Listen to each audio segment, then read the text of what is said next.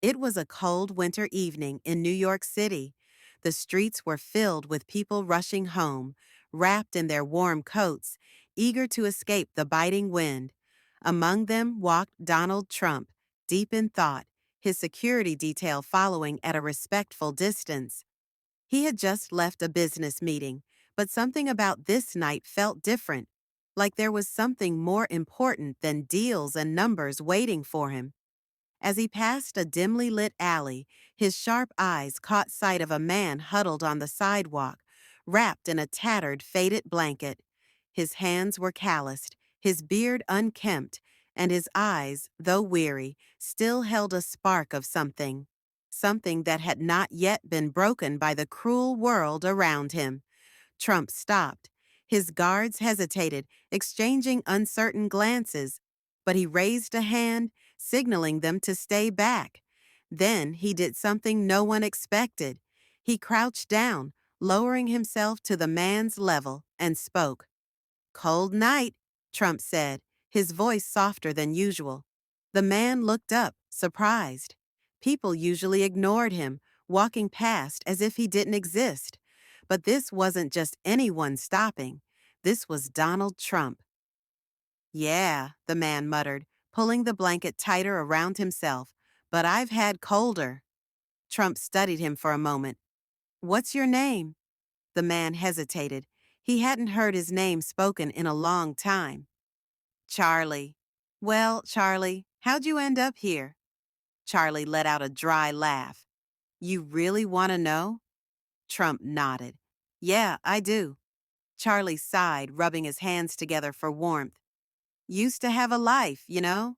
A family, a job, worked construction for 20 years, built homes for people. Then one day the company downsized. Just like that, I was out. My wife, she got sick.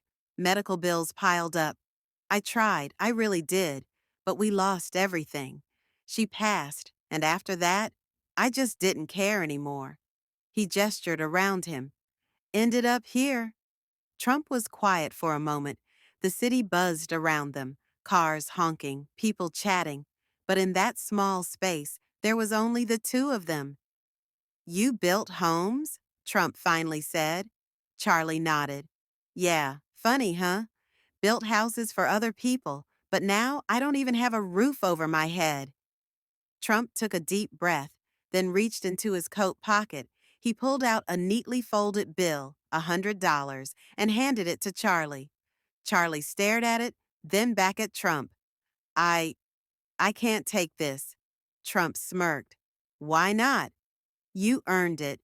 You worked hard your whole life. You just hit a rough patch." Charlie swallowed hard. His hands trembled as he took the bill. This, this means a lot."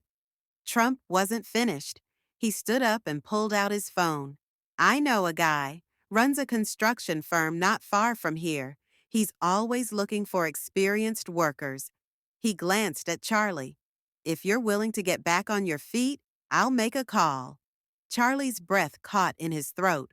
Hope. It was something he hadn't felt in years. He nodded, unable to find the words. Trump smiled. "Good. Let's get you out of this cold." A few weeks later, Charlie stood outside a construction site, a hard hat in his hands. His face was clean shaven, his clothes no longer tattered. He had a place to sleep, a warm meal every night, and a reason to wake up in the morning. And it had all started with one conversation on a cold winter night.